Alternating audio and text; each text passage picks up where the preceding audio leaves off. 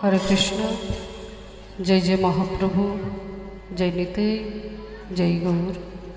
समवेत कृष्ण अनुरागिनी भक्तिमती मायेदेर चरणे जानाई शत कोटि कोटि दंडवत प्रणाम।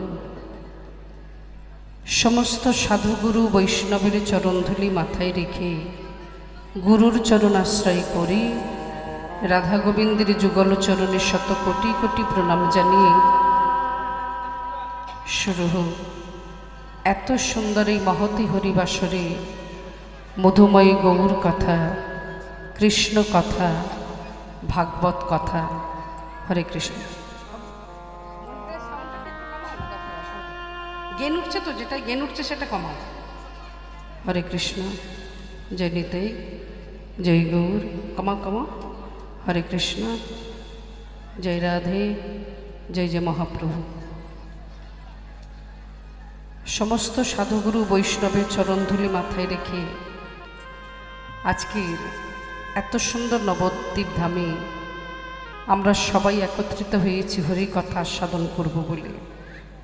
सर्वप्रथम बोलबो आजकेर आमार आसार उद्देश्य हलो आपनादेर मतो भक्तेर चरणधूलि आमी माथाय राखबो बोलेई एसेछि। हरि बोल।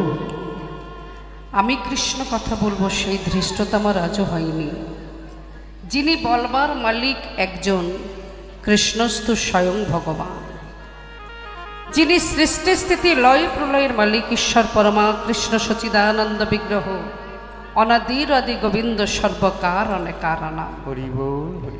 बक्ता आजकेर भगवान निजे और आमरा हलाम आजकेर बहु श्रोता। श्रीधाम नवद्वीप पतित पावन गौर सुंदरेर अजाचित कृपा जेचे सेधि कलिर जीवेर दारे दारे आज हरि नाम प्रचार करछेन। हाथे धरे पाए पड़ेও हरि नाम किन्तु दिते छाड़ेनনি। एसो भाई हरि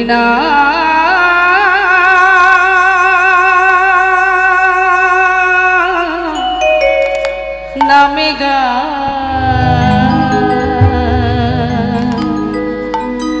कृष्ण नाम अविराम हरि नाम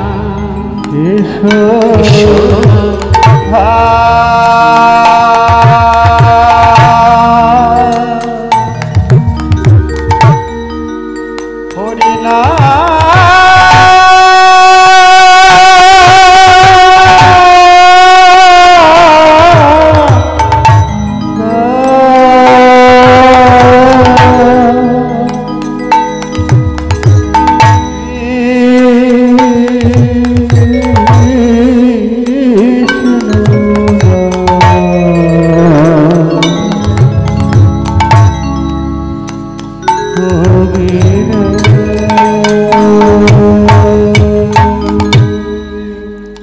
गौरहरि जखन हरि नाम वितरण करছেন नवद्वीपेर एक नागर निजेर स्त्रीके डेके बोलছেন, হ্যাঁ গো पतित पावन गौर सुंदर एत सुंदर हरि नाम বিলাচ্ছে, हरि नाम গাইছে সবাইকে নিয়ে, আমি কি একটু যাব? বললেন যেতে আমি তোমাকে নিষেধ করব না। हरि नामे কাউকে বাধা দেওয়া সেটা হয় নাম অপরাধ। কিন্তু তুমি যে যাবে বলছো, আমরা তো ছোট জাতির মানুষ। হরি নাম শুনতে গেলে কিংবা হরি নাম গাইতে গেলে আমাদের তো অধিকার নেই। তখনকার দিনে ব্রাহ্মণ বৈষ্ণব সমাজ ছোট জাতির মানুষকে দেখলে ঘৃণায় মুখ ফিরিয়ে নিতেন। তাদের ছায়া ডিঙালে পুনরায় সুরধ্বনি গঙ্গার জলে মাগো স্নান করতেন। কিন্তু স্বামীটির ইচ্ছা একটু হরি নাম তিনি শুনবেন। নিজের স্ত্রী বললেন, দেখো যদি তোমাকে অপমান করে তুমি কি সহ্য করতে পারবে? বললেন এই সংসার কলির সংসার, আমাদের এই কলির সংসারে ছেলে কিংবা মেয়ে যে কেউ হোক সুযোগ সুবিধা পেলে বাবা মাকে অপমান করতে ছাড়ে না। কি ছাড়ে? কোনো কোনো সময় অপমান হতে হয়, তাই বলে কি বাবার কোনো অভিমান আছে? আবার ছেলে তাকে বুকে টেনে নিচ্ছে। তা যদি গৌরহরির নাম শুনতে গিয়ে একটু অপমানিত হই তাতে অসুবিধে কি? হরি নাম তো শুনতে পাবো, একটু আড়ালে গিয়ে দাঁড়িয়েও সকলের সামনে নয়। সেই স্বামীটি এসে আড়ালে দাঁড়িয়েছেন, করুণার সাগর করুণার নিধি, হাতটা বাড়িয়ে দিয়েছেন তার দিকে। দূরে কেন গো? কাছে এসে হরি নাম গাইতে পারছো না? হরি নাম গেয়ে দেখো, শুনে দেখো কি পাও, তার দিকেই হাতটা বাড়িয়ে দিলেন। এসো এসো ভাই, হরি নাম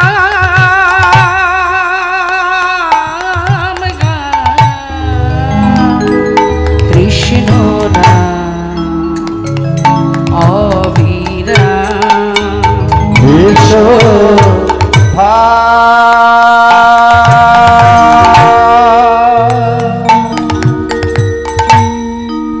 হরি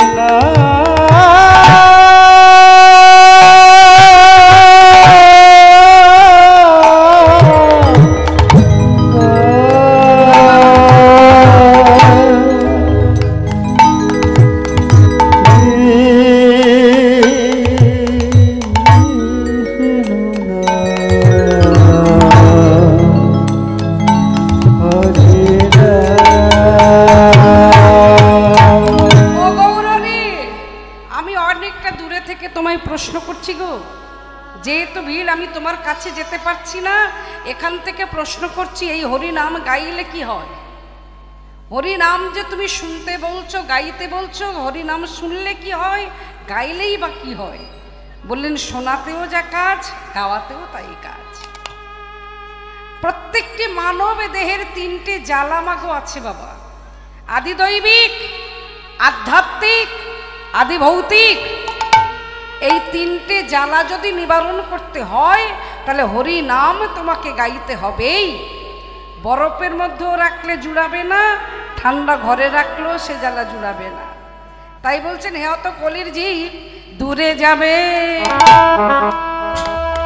ত্রিতাপে জ্বালা,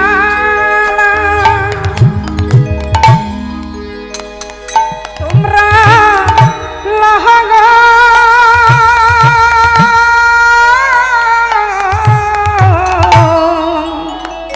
হরি নামের মালা। দূরে যাবে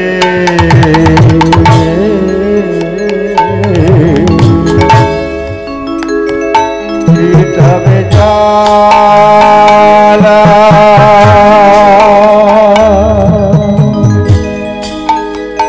তোমরা লহ গো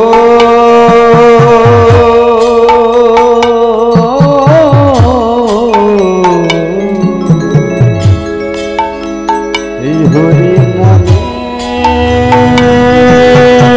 মালা। কত সুন্দর কথা, দূরে যাবে ত্রিতাপে জ্বালা, লহ গো তোমরা নামের মালা। কোন নামের মালার কথা বলছেন? পার্থিব জগতে এই যে ফুলের মালা, এটা না। প্রকৃতির কোনো ফোঁটা ফুলের মালার কথা বললেন না, তুলসীর মালার কথাও বলছেন না। তুলসী মালা সেই গ্রহণ করতে পারেন যে তুলসী মালাকে সম্মান দিতে পারে। হরি বল। জোর করে কারোর কণ্ঠে তুলসীর মালা পরিয়ে দিলাম বা ভয়ে বললাম নিতেই হবে, যদি না নাও তোমার এই হবে সেই হবে না। যদি তার নিজের ভক্তিতে, নিজের শ্রদ্ধাতে, নিজের বিশ্বাসে হরি এই তুলসীর মালা গ্রহণ করে, তবেই জানবে তার মালা নেওয়া ধন্য হয়েছে। তাহলে এ মালা নয়, ফুলের মালা নয়, গৌরহরির কোন মালার কথা বলছেন?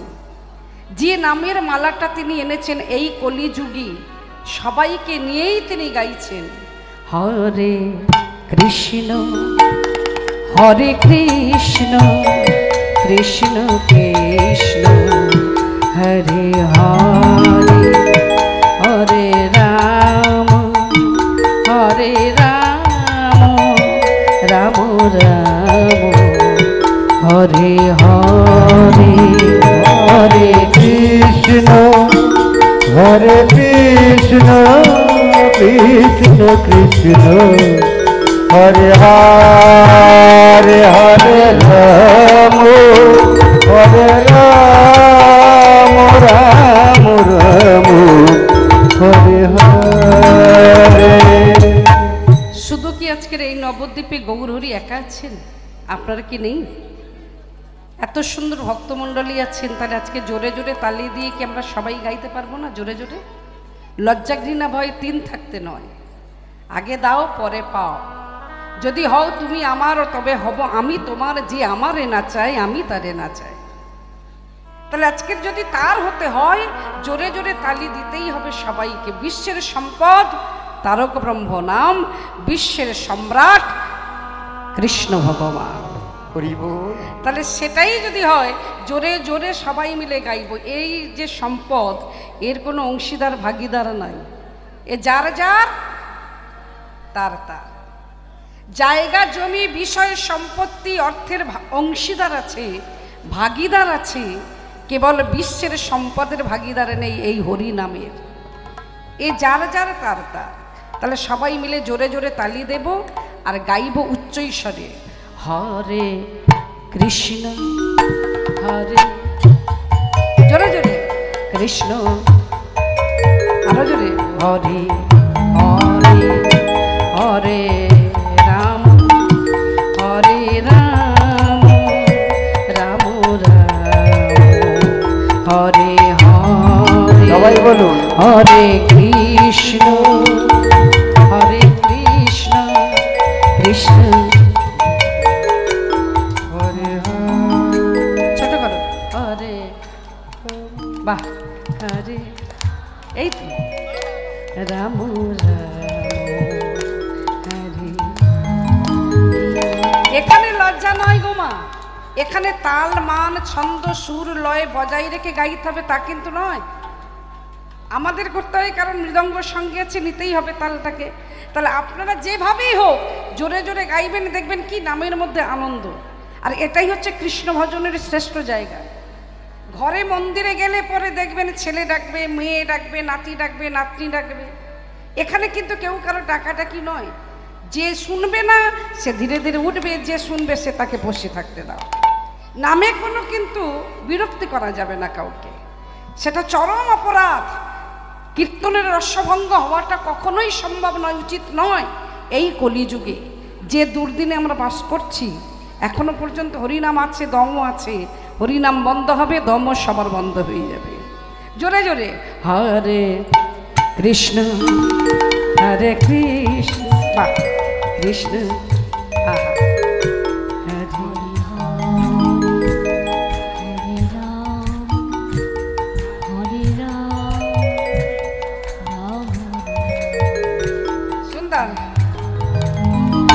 হরে কৃষ্ণ হরে কৃষ্ণ কৃষ্ণ কৃষ্ণ হরে হরে হরে রাম হরে রাম রাম রাম হরে হরে, হরে কৃষ্ণ হরে কৃষ্ণ কৃষ্ণ কৃষ্ণ হরে হরে হরে রাম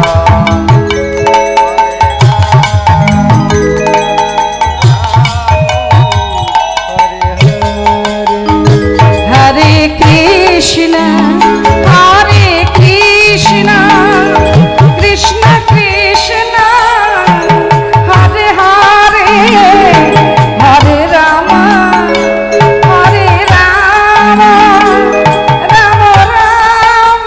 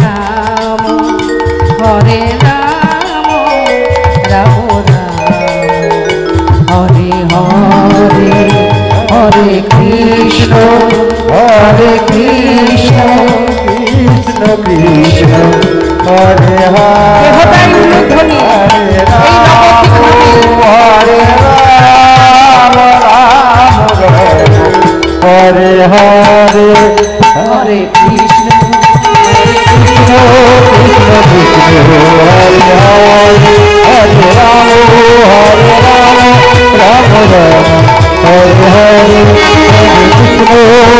কৃষ্ণ কৃষ্ণ কৃষ্ণ হরে হরে হরে রাম রাম রাম হরে হরে। কত সুন্দর নবদ্বীপ ধাম গো, এখানে এসেই বোঝা গেল সত্যিই নবদ্বীপ ধাম। আজকের পতিত পাবন গৌর সুন্দর অযাচিত কৃপা কৃপা বর্ষণ আজও করছেন জাতি ধর্ম নির্বিশেষে। তুমি মুসলমান হও, হিন্দু হও, বৌদ্ধ হও, খ্রিস্টান হও, যে ধর্মের মানুষ তুমি হও, যে বর্ণের তুমি হও, একত্রিত হও, সবাই এসো আমরা হরি নাম গাই। নামের মধ্যেই নামই লুকিয়ে আছে। ফলের মধ্যে যেমন থাকে বীজ অঙ্কুর, চোখে নাহি যায় দেখা, নামের মধ্যে নামই আছে চূড়া ধরা আঁকা। নামের মধ্যেই ভগবান। রাধা কৃষ্ণ মিলিত তনু নদিয়ার চাঁদা পতিত পাবন গৌর সুন্দর, যার বাহিরটা রাই অন্তরে কৃষ্ণ। কলিযুগ ধন্য যুগ, যে যুগে এত অন্যায়, যে যুগে এত অত্যাচার পাপাচার ব্যভিচার, যে যুগে আমরা বাস করতে পারছি না অন্যায় অত্যাচারের ফলে, অথচ বলে যাচ্ছেন কলিযুগ ধন্য যুগ। কেন? বারবার 3 বার কলিযুগ ধন্য ধন্য ধন্য, কারণ যে যুগে হয়েছিল চৈতন্য অবতার। হরি বল হরি বল। কোন যুগে ভগবান এইভাবে হরি নাম বিলিয়েছেন সবার সঙ্গে এইভাবে মিশে গিয়ে? যুগল রূপে দেখতে গেলে দেখতে হয় দুজন ছাড়া যুগল পাওয়া যায় না। সত্য যুগে লক্ষ্মী নারায়ণ, ত্রেতা যুগে সীতারাম, দাপরেতে রাধা কৃষ্ণ, আর কলিতে একজনকে দেখলেই হয় যুগল, সেই হলো গৌর সুন্দর। হরি বল হরি বল। বাহিরটা রাই অন্তরে কৃষ্ণ। কেন বাহিরটা রাই হলো? অন্তরেই বা কৃষ্ণ কেন? বাহিরে রাই যদি না হয়ে কৃষ্ণ হতো, অন্তরে যদি রাই হতো, তাহলে একটুখানি মাগো জানতে গেলে বৃন্দাবনে যেতে হয়। লীলারস আস্বাদনের আগেই আমার গৌরাঙ্গের ভাবটুকু দর্শন করতে হয়। রাধা কৃষ্ণ দুজনে শয়নে আছেন সুন্দর নিকুঞ্জ মন্দিরে। গভীর রাত, এমন সময় রাধারানীর নিদ্রাটা ভেঙে যায়। যখনই রাধারানীর নিদ্রা ভাঙল, রাধারানী উঠে বসে ডুকরে ডুকরে কাঁদছে কৃষ্ণের দিকে তাকিয়ে। কেউ যদি পাশে কাঁদে, আর একজন কি ঘুমাতে পারে বাবা? কৃষ্ণের ঘুমটা ভেঙে গেছে। রাধারানীকে ডেকে বলছেন, রাধে, আজকের এত সুন্দর নিধুবনে নিকুঞ্জ মন্দিরে দুজনে সুখে নিদ্রায় যাচ্ছিলাম, হঠাৎ তোমার ঘুম ভাঙলো কেন? আর তুমিই বা বসে বসে কাঁদছ কেন? রাধারানী অনেকক্ষণ পরে বলছে, বধূ, তুমি তো জানো আমি কলঙ্কিনী, কুল্লুটা নষ্টা অসতী, তাহে কোনো দোষ নেই। কিন্তু আজকের আমি যে স্বপ্নটা দেখলাম, একটা পরপুরুষের স্বপ্ন। যেখানে তুমি আমার পতি জগৎপতি শয়নে আছো, সেখানে আমি একটা পরপুরুষের স্বপ্ন দেখলাম কেন? কে ওই পুরুষ? দেখতে কেমন? দেখলাম মাথার চাচড় কেশ নেই, অঙ্গে নামা বলি, স্কন্ধে ভিক্ষার ঝুলি, মাথায় বেঁধেছে পাগড়ি। আমার দিকে তাকিয়ে কোনো একটা কথা বলতে চেয়েছিল, কিন্তু আমি ওই পরপুরুষকে দেখেই আমার নিদ্রাটা ভেঙে গেল।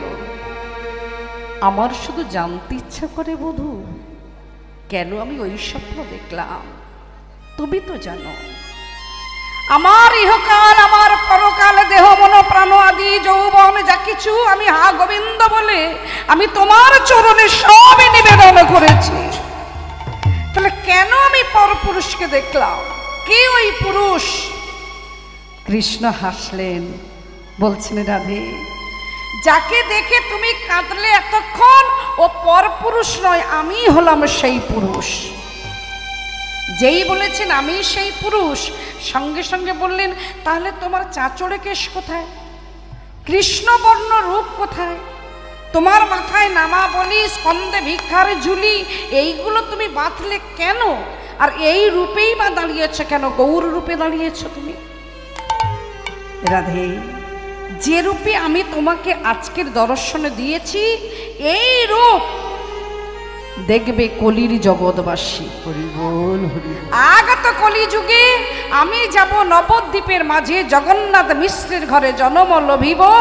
সেই দিন মাথায় বাঁধেব নামা বলি, স্কন্ধে নেব ভিক্ষার ঝুলি।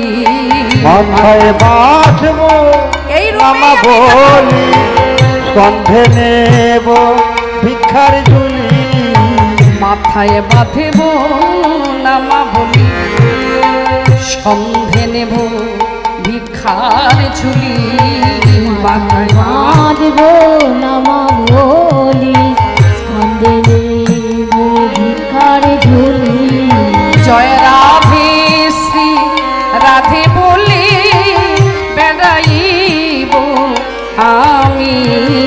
জয় রাধে শ্রী রাধে বলে বেড়াইব আমি। রাধে জয় রাধে শ্রী রাধে বলে বেড়াইব আমি। জয় রাধে শ্রী রাধে বলে বেড়াইব আমি। দারি দারি বেড়াইব, দারে দারে বেড়াইব আমি দারে দারে বেড়াইব। দারে দারে বেড়াইব। রাধে কৃপা করো বলে দারে দারে বেড়াইব। রাধে কৃপা করো বলে দারে দারে বেড়াইব। রাধে দয়া করো বলে সেই দিন কলি উদ্ধারি। হরি বল হরি বল হরি বল। বলি উদ্ধারি, রাধে কৃপা করো বলে বলি উদ্ধারি। রাধে কৃপা করো, রাধে কৃপা করো। মাথায় বাঁধব নামা বলি, স্কন্ধে নেব ভিক্ষার ঝুলি। জয় রাধে শ্রী রাধে বলে বেড়াইব আমি। আজকের কথা দিয়েছেন, সেই কথাটাই তিনি রেখেছেন। এই কলিযুগে তাই তিনি করে দেখিয়েছেন শ্রীকৃষ্ণ চৈতন্য মহাপ্রভু নাম নিয়ে। জয় রাধে। আজকের যে লীলার বিষয়বস্তু আমরা আস্বাদন করব, আপনারা শুনেছেন কৃষ্ণ কালীর কথা, কিন্তু আজকের যেটি আস্বাদন হবে সেটি হলো রাধা কালী। কেন রাধারানী কালী হয়েছেন সবটাই আমরা জানতে পারবো। তবে করজোড়ে অনুরোধ, কথা নয়, হরি নামের বাসরে আন কথা বলা, এগুলো সমস্তটাই অপরাধ হয়। এত সুন্দর রাতিতে এত সুন্দর নামের যজ্ঞ, এত সুন্দর ডেকোরেশন, এবং আপনারা এত সুন্দর ভক্ত, সেখানে কথা না বলে থাকবো আর আপনাদের সামনে কয়েকটা ঘন্টা, বেশিক্ষণ নয়। তাই সেই নবদ্বীপে আজও হরি নামের বন্যা বই গেছেন আজকে শ্রীকৃষ্ণ চৈতন্য মহাপ্রভু পুরীধাম। তাহলে তাই যদি হয় হরি নামের বন্যা, একবার সবাই দেখে দুটি হেমদণ্ড বাহু তো, বাহ সুন্দর সুন্দর।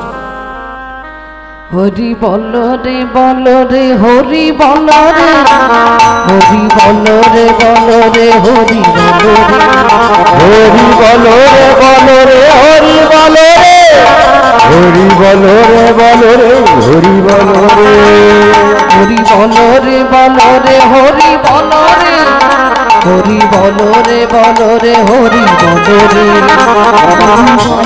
বল রে হরি বল রে, হরি বল রে বল রে হরি বল রে, হরি বল হরি বল হরি বল ভাই, হরি নাম ছাড়া জীবের আর গতি না। হরি বল হরি বল হরি বল জীবের আর গতি না। হরি বল হরি বল হরি বল ভাই, হরি নাম ছাড়া জীবের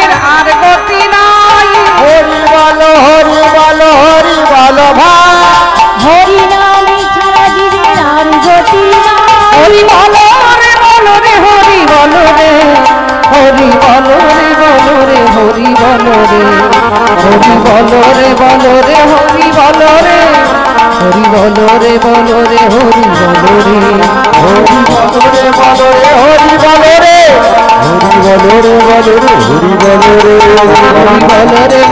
হরি বলো রে হরি বলো রে বলো রে হরি বলো রে হরি বলো রে বলো রে হরি বলো রে হরি বলো রে বলো রে হরি বলো রে। শ্রী কৃষ্ণ চৈতন্য মহাপ্রভু কি সবাই বলেছেন? হ্যাঁ, আমি একবার বলেছি কি যে আপনি বলেননি বা কেউ বলেননি, বলেছেন, সবাই বলেছেন। তবে দেওয়ার ধারাগতিটা একটু অন্যরকম। এই পুরীতে এখন আমরা আছি সবাই পুরীধাম, শ্রীকৃষ্ণ চৈতন্য মহাপ্রভু আছেন পুরীধাম, নীলাচল ধাম। আপনারা যান যে পুরীধামে, আচ্ছা যারা পুরীতে গেছেন একবার হাত তুলে দেখান তো। ওরে বাবা, এই তো সবাই প্রায়। বাবা বাবা, খুব সুন্দর। আচ্ছা, পুরীতে গেছেন, খুব ভালো কথা, কিন্তু আমাদের মহাপ্রভু কোথায় ছিলেন সেই জায়গাটা দেখেছেন?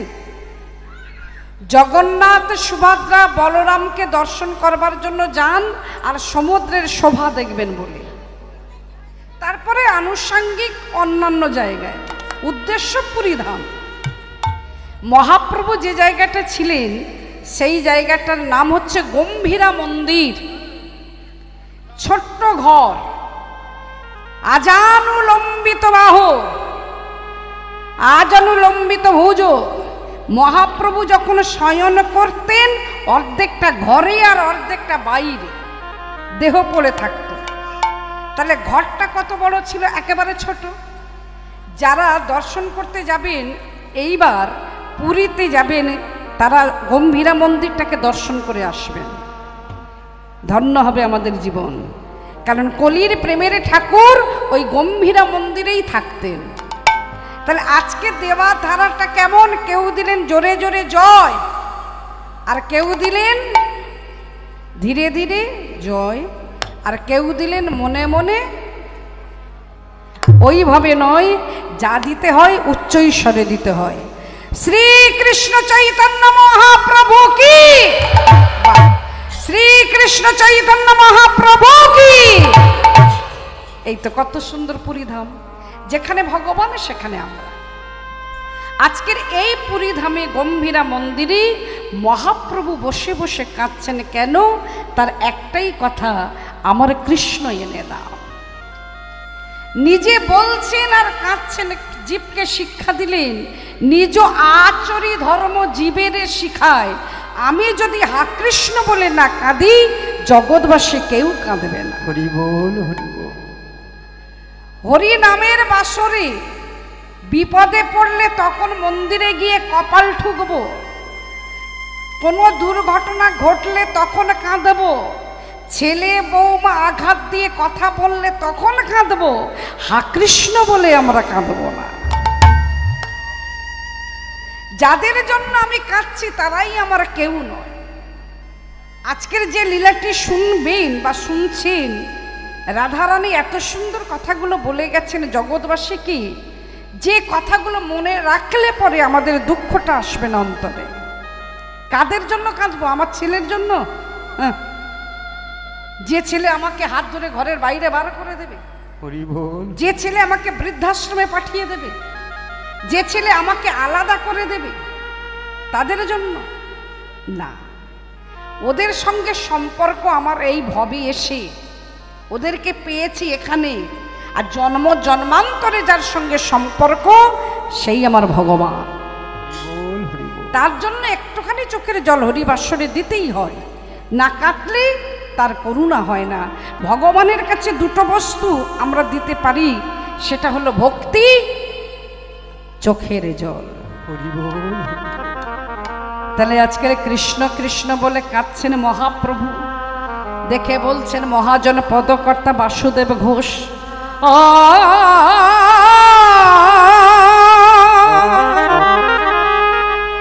আছে গম্ভীরা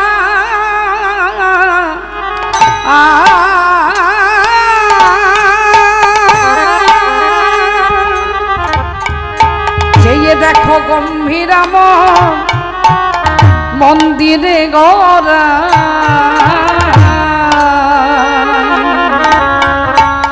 আমার ধর নীলু লুটা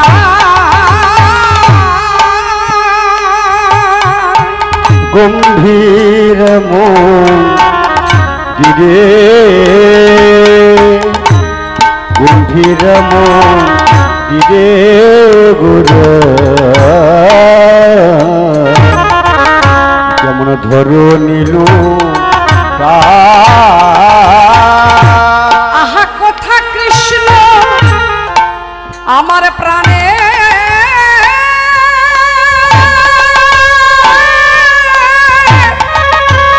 প্রাণের কৃষ্ণ কথা কৃষ্ণ বলি আবার কোথায় কৃষ্ণ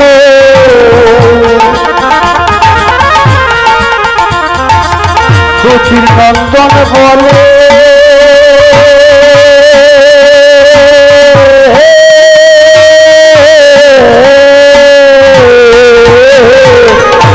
কোথাও কৃষ্ণ বলি গোরা আহা কথা কৃষ্ণ বলি গোরা গোরাই আমার সবার রেশু সুধা কোথায় কৃষ্ণ বলি গোরা কোথা কৃষ্ণ বলি গোরা গোরায় আমার সবার সুধা তোমরা বলে দাও বলে দাও বলে দাও বলে দাও আজ বলে দাও বলে দাও বলে দাও বলে দাও আমি কোথা গেলে কৃষ্ণ পাবো বলেই দাও বলে দাও কোথায় গেলে কৃষ্ণ পাবে বলি দাও বলে দাও নানা কৃষ্ণ ছাড়া আমি আমি আনে জানি না এই দাও বলে দাও কৃষ্ণ হা কৃষ্ণ জানি না বলে দাও বলে দাও ওই কৃষ্ণই আমার ভজন সাধন বলে দাও বলে দাও আমার ভজন সাধে বলে দাও বলে দাও আমি কোথা গেলে কৃষ্ণ পাবো জানো দেবী বলে দাও হে কোথায় গেলে কৃষ্ণ তোমরা জানো দেবী বলে দাও হে কোথায়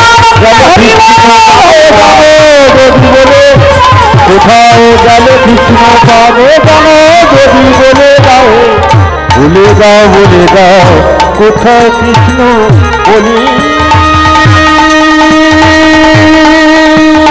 গোরা কোথা কৃষ্ণ বলি গোরা আমার গোরা রে আজ সবার সুধা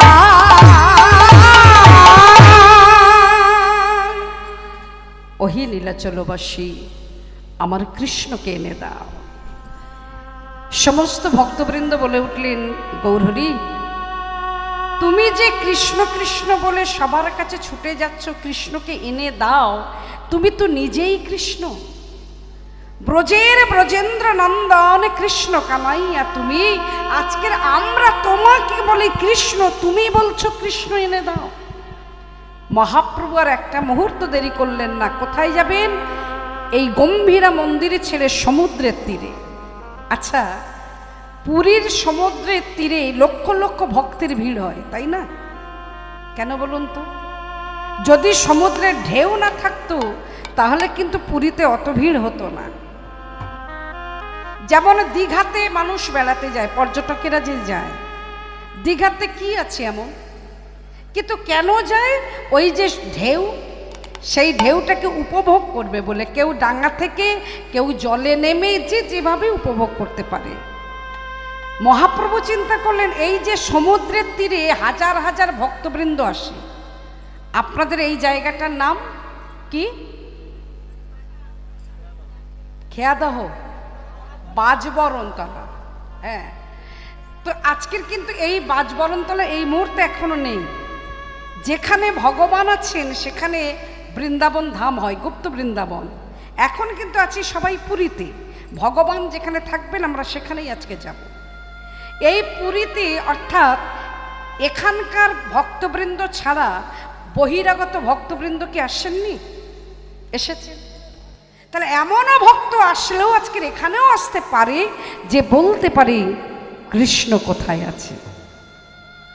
সমুদ্রের তীরে মহাপ্রভু গেছেন কেন না, যদি কোনো ভক্ত বলতে পারে যে আমি কৃষ্ণকে দেখেছি।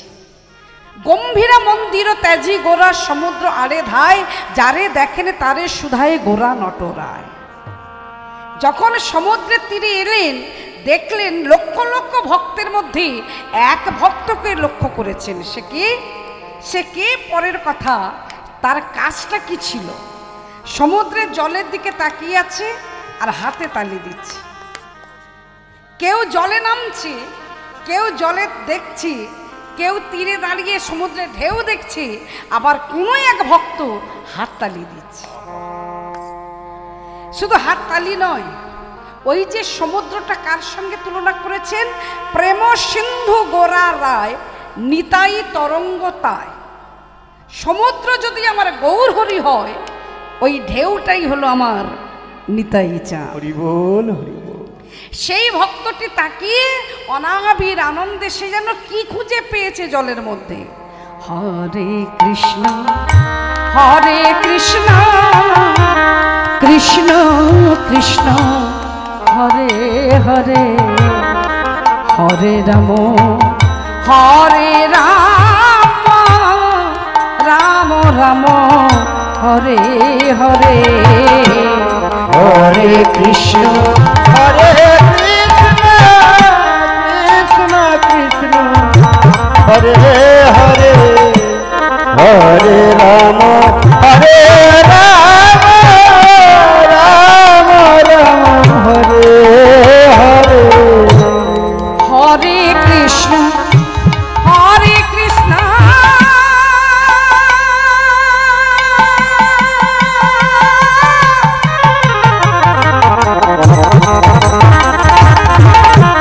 কৃষ্ণ কৃষ্ণ হরে হরে,